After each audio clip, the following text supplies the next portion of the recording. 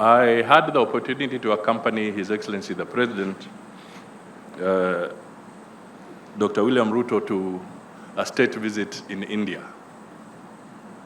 And we happened to be sharing a table with him and the Prime Minister Modi and the Minister for Foreign Affairs and the Minister responsible for infrastructure and all that space, the two of them.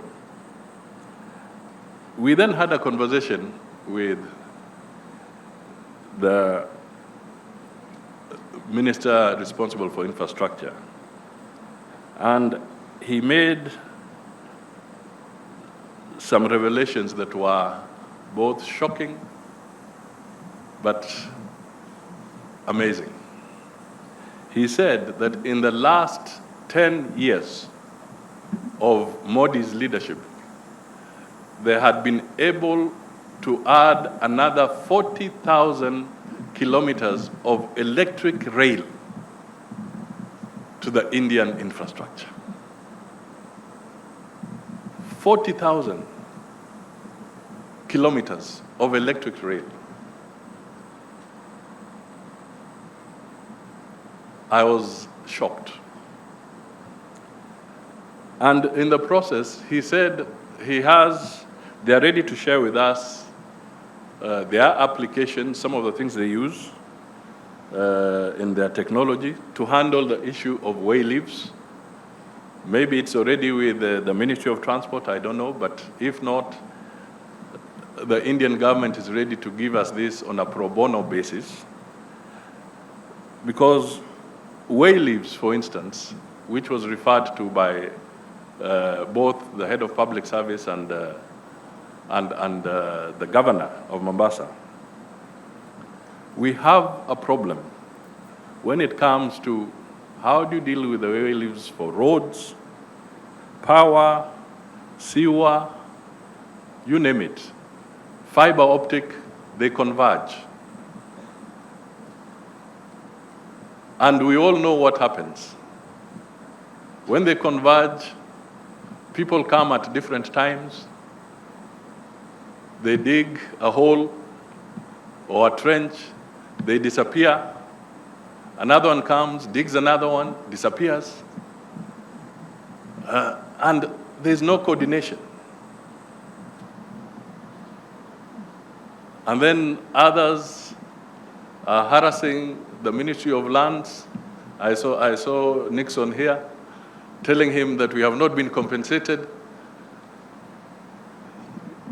So they said they have a way of having, once you input the data, you are able to focus and quickly capture where the way leaves are, and from there, you can make a forward attempt, divert that, and avoid this expense of compensation, which we know was the primary cost escalator in our own railway construction in this country.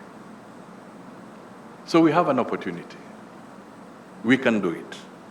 And it means that regulators must talk to each other, including the county governments. We want them to read again and again the laws and regulations that gives them power and authority to oversight respective sectors.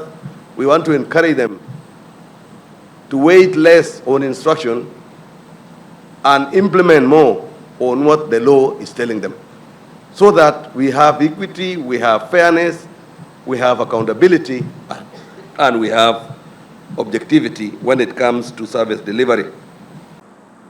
We cannot ignore the possibility that some regulatory practices may inadvertently impede business activities.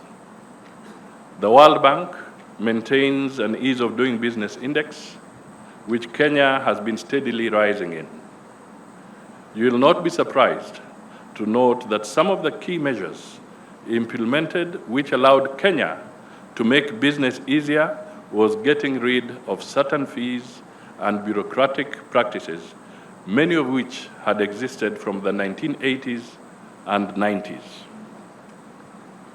Upon examination, it was discovered that regulators often imposed fees, even nominal fees ones, as low as 1,000 shillings for issuing certificates, often merely as a procedural formality. However, the administrative expenses incurred in collecting such amounts, including maintaining infrastructure and staff, sometimes surpass the total revenue collected. It is evident that this scenario is not unique and likely extends across numerous regulatory agencies. The agencies must consider the ramifications of their actions and procedures on the economy and the ease of conducting business. In today's global landscape, efficiency and economic competitiveness are paramount. Therefore, it is imperative that our agencies adopt a mindset that prioritizes alignment with these principles. Our policies must be dynamic, responsive to the needs of our society, and aligned with international best practices. Similarly, our legal framework should provide clarity, consistency, and enforceability to enable these entities to fulfill their respective mandates effectively. Our regulatory authorities and agencies are confronted with several challenges that impede the execution of their mandates. These range from bureaucratic inefficiencies to resource constraints, from regulatory capture to technological disruptions. The hurdles are enormous. During the meeting of the National Development Implementation Committee, where we work again closely with the head of public service, in which the principal secretaries present today would have attended, we touched on the EACC report and template, and it was agreed that each state department would establish a corruption prevention committee. Now, this is very serious because you have to report back to the head of public service and be very deliberate. Confirm that you have set up these committees. Give him the names of who are in those committees so that it is not just a verbal communication. Let it be very clear that you have done so. And the way the PSS did it, PSS are the ones to chair those corruption prevention committees in their ministries. We would expect the CEOs of all the regulatory authorities to also chair that particular committee so that we can deal with this corruption issue. The headlines we have been seeing are not good for us. They are not good for the country. It becomes awkward when some of our key development partners are citing this as an issue that is obstructing very strategic agreements that we want to enter into. So please, let's look at that area very, very effectively. I challenge all the agencies to do the same, that is, establish the corruption prevention committees and institute measures geared towards wiping out avenues for corruption in line with the lessons contained in the EAC report and template. The agencies must not be dens of corruption or rent-seeking. They must carry out their core mandates effectively and in the national interests.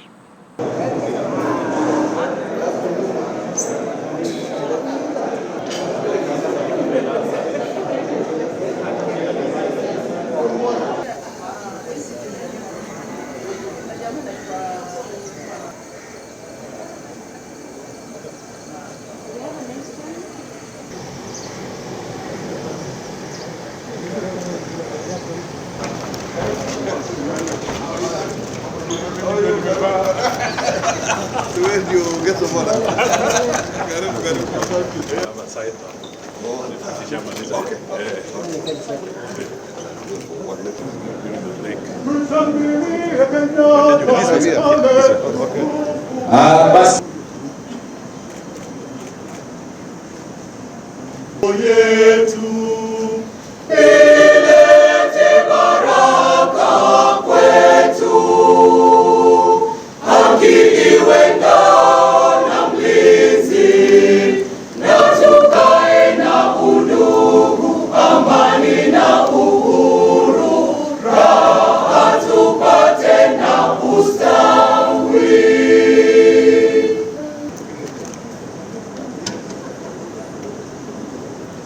The Prime Cabinet Secretary, Honorable Musalia Mudavadi, Governor Mombasa, Honorable Abdul Masada, and the CEOs of Regulatory Authority to welcome you to this conference, securing the health and property and the safety of Kenyans.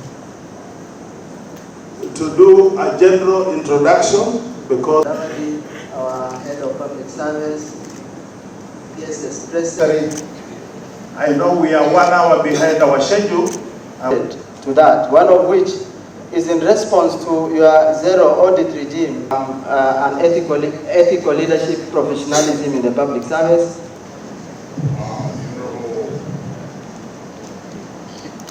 Will soon be rolling out under the audit academy.